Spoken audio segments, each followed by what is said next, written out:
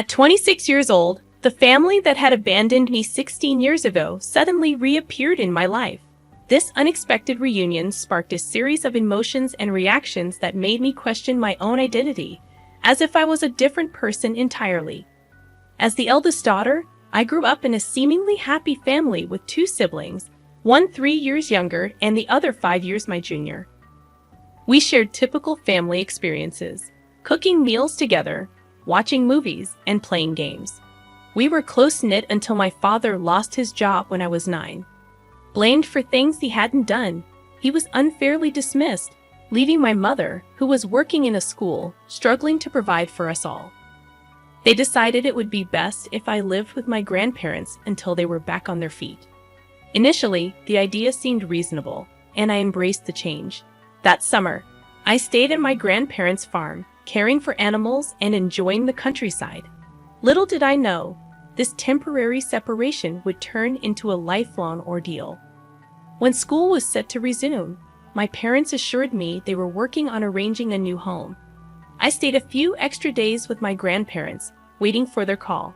However, the promised days turned into weeks, and weeks into months. Every attempt to contact my parents was met with unanswered calls and empty promises. I grew frustrated and desperate for answers. I asked my grandparents if they knew anything, but they were as clueless as I was. Seeking help, I filed a missing persons report, but my grandparents dismissed it as mere drama, grounding me for my efforts. Feeling abandoned and betrayed, I pleaded with my grandparents to provide me with an education. They enrolled me in a local public school, but adjusting to the new environment took time. Despite the challenges, I focused on my studies, determined to escape my grandparents' farm and find my parents. The lack of concern from those around me intensified my resolve. Everything changed when I overheard a conversation between my grandmother and my mother on the phone. The hushed tones in the kitchen revealed the truth. My mother was alive. My hope was rekindled. But the mystery of my parents' disappearance only deepened, leaving me with more questions than ever before. We were discussing my progress in school and various aspects of my life, and hearing her voice stirred up a whirlwind of emotions within me. I couldn't contain my feelings, and before I could stop myself, I called out to her. The moment my voice reached the other end, silence fell. Frantically, I screamed and cried into the phone, hoping that if I shook it hard enough, her voice would echo through the receiver. Grandma emerged from the kitchen, her face a mix of concern and frustration, instructing me to go to my room. I unleashed my anger on her, demanding to know why she had hidden my mother from me and why she refused to divulge any information. Despite my pleas, Grandma remained steadfast in her silence, leaving me to accept the painful reality that my parents had essentially abandoned me. Shortly after that heartbreaking phone call, my grandparents sent me to live with a distant aunt, a 5-hour drive away from their farm. I often wondered why my parents had chosen to send me away, but I never received a satisfactory answer. My aunt, my mother's cousin, turned out to be a compassionate and understanding soul. She embraced me with open arms, and when I questioned her about my parents, she admitted she didn't have any answers. Her sincerity was palpable, and I chose to believe her. From the moment I moved in with my aunt at the age of 13, she became my rock.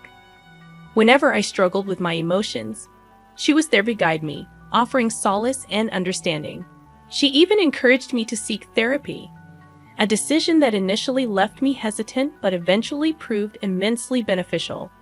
My aunt validated my feelings, something my grandparents had never done, and provided the support I desperately needed. By the time I finished high school, my aunt had become the most significant person in my life, filling the void left by my absent parents. She supported me through my journey to becoming a veterinary doctor, following in her footsteps. At 21, I approached her with adoption papers, wanting her to be my legal parent. With her wholehearted agreement, I finally found the stability and love I had craved for so long. Having completed my degree, I now work as an intern in a hospital, striving to gain valuable experience. My career path has led me to move into a new apartment, away from the familiarity of my aunt's home. Despite the physical distance, I still visit her whenever I can. 2 days ago, on my day off, I was relaxing at home when the doorbell rang. Anticipating a delivery, I opened the door only to find my estranged family standing there, my mom, dad, and youngest brother. They appeared both unfamiliar and yet hauntingly recognizable. Stunned into silence, I couldn't find the words to express my emotions. They handed me an envelope containing a letter from my grandparents.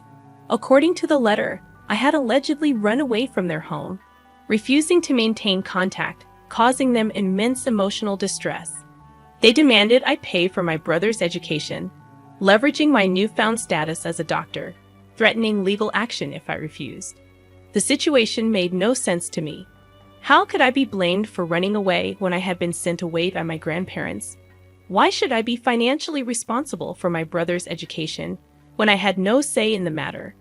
The demands felt unjust, leaving me bewildered and conflicted about how to respond. Why should I care about people who abandoned me for 16 years? With a head full of unanswered questions, I staunchly refused to help them, insisting they leave my premises. When they persisted, I called the cops. They claimed to be my parents, but I stood my ground, stating that legally, I was my aunt's daughter and provided her name. The authorities contacted her, and she confirmed my status, resulting in my family receiving a warning about trespassing and harassment. Since then, I've been bombarded with hurtful messages on social media from accounts owned by my family, labeling me as heartless. I confided in my aunt about everything, and although she understood my actions, she questioned whether I did the right thing. In the midst of this turmoil, my parents showed up at my workplace, causing a scene. Hospital security intervened, calling the police and escorting them off the premises. I couldn't fathom why my family, absent for so long, suddenly wanted to be a part of my life. The emotional toll weighed heavily on me. My therapist suggested talking to them, but I resisted. Eventually, I agreed to meet them in the presence of my aunt. Their explanation was disheartening. They sent me to my grandparents due to financial struggles, thinking it would be easier with one less mouth to feed. When circumstances improved, they couldn't afford to bring me back. Now, with their savings depleted, they wanted me to support them and pay for my brother's needs. They admitted fabricating the threat of legal action, hoping to guilt me into compliance. Each word shattered my heart, but I stood firm. I reminded them of my legal detachment and threatened legal action if they ever bothered me again at home or work. Despite their pleas for forgiveness, I walked away, my heart hardened against them. My therapist suggested I might be struggling to empathize, but the truth was, I felt nothing for them. If I could, I'd erase them from my memory without a second thought. Since my last update, my family has ceased reaching out to me. On the other hand, I have completed my internship, and I am considering another residency program before I sit for the NAVLE. I hold on to hope that my future will be alright. Sometimes I won't deny it. I wish I had a better relationship with my parents. Nevertheless, I am content with having my aunt as my sole parent. She proves to be a far superior mother than the other one I know. They abandoned you, lied to you, and left you with your grandparents. You owe them nothing. You are only giving them what they gave you. They'd abandoned you. I don't understand why they thought you wouldn't do the same. My sister-in-law, a 26-year-old woman, and I, a 29-year-old woman, have always had a complicated relationship. I thought she had matured enough to leave me alone, but apparently she couldn't resist causing drama. Our issues started when I began dating my husband. We met while he was helping her move. We struck up a conversation at a local bar and have been together ever since. Despite our happiness, my sister-in-law never liked me. She once told me her brother never gets serious with anyone, so I shouldn't get my hopes up. I mentally prepared for heartbreak, even though I really liked her brother. However, 6 years later, we are still going strong, and he is undoubtedly my favorite person in the world. The rest of his family, including my mother-in-law, father-in-law, and every other family member I've met, have been nothing but nice to me. So it baffles me why my sister-in-law seems to hate me so much. 2 years ago, during our wedding, she created a huge fuss. I didn't want her as my bridesmaid due to her consistent cold and condescending behavior towards me. However, She threw a tantrum and tried to emotionally manipulate my husband against me. To avoid more drama, I made her a bridesmaid. Yet she showed up in a white floral dress, angering everyone. My in-laws forced her to change, threatening to exclude her from family events if she didn't comply. She apologized afterward, and I thought she had moved past her immature behavior. Clearly, I was wrong. Things took a turn when I found out I was pregnant with my first child. I was thrilled and couldn't wait to share the news. While everyone else was excited, my sister-in-law's behavior was different. She didn't seem happy for us and consistently managed to make the moment about herself. During a family event, we announced our pregnancy, and she quickly diverted the conversation to her own experiences as a single mother, emphasizing how difficult it was for her to go through pregnancy alone and suggesting that I was lucky. As my due date approached, my sister-in-law offered to host a baby shower for me. Initially, I was grateful and excited about the celebration with my family and friends. However, my excitement turned to suspicion when she insisted on hosting the event at a venue 12,000 miles away from where we lived. She claimed it was a surprise, set up at a luxurious venue owned by her friend, and we wouldn't have to pay for anything. Despite her explanation, I couldn't shake the feeling that something was amiss. When I shared my concerns with my husband, he assured me that his sister was simply trying to do something special for us, and that I might be overthinking it. He even rescheduled vital meetings so we could attend the supposed baby shower. We flew there with my parents, as my in-laws couldn't attend due to being out of the country. Upon arriving at the location, a lavish resort, I immediately sensed something was wrong. The decorations were pink and blue, but there were unfamiliar faces present. To my shock, there was another pregnant couple, and the woman was wearing the same white dress given to me by my sister-in-law. It became apparent that my sister-in-law had tricked us into attending her friend's baby shower, making me feel humiliated and overshadowed.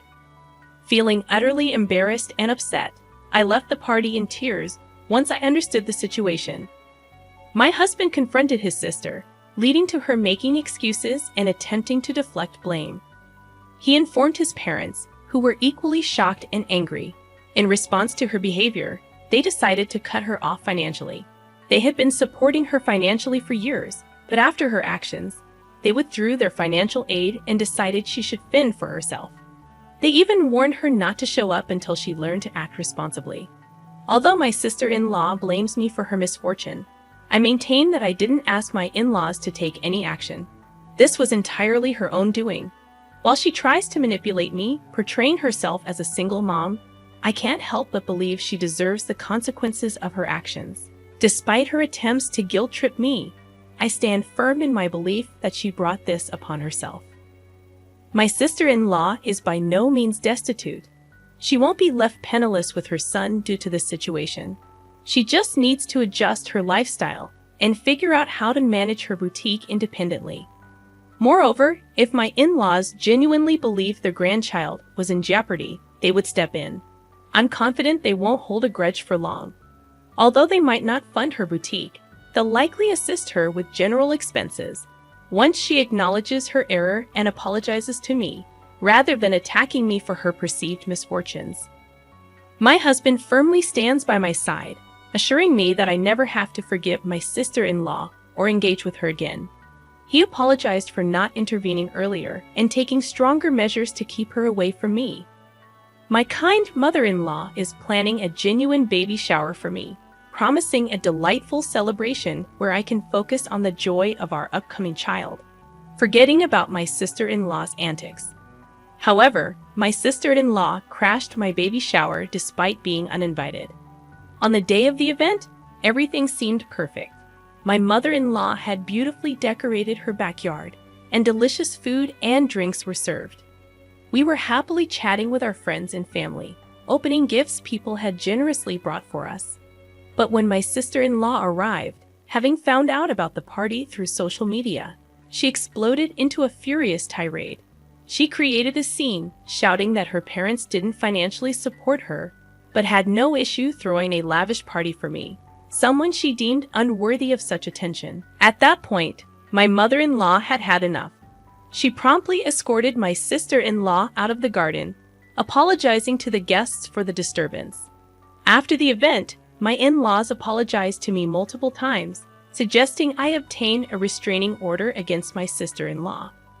While I hesitate to take such drastic measures, we have decided to keep all news about the baby off social media to prevent her from stalking us.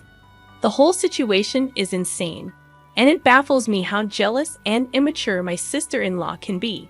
She managed to ruin not just one but two baby showers with her antics. I must add that my in-laws initially weren't supportive during her pregnancy because she was having a child out of wedlock, which clashed with their traditional beliefs.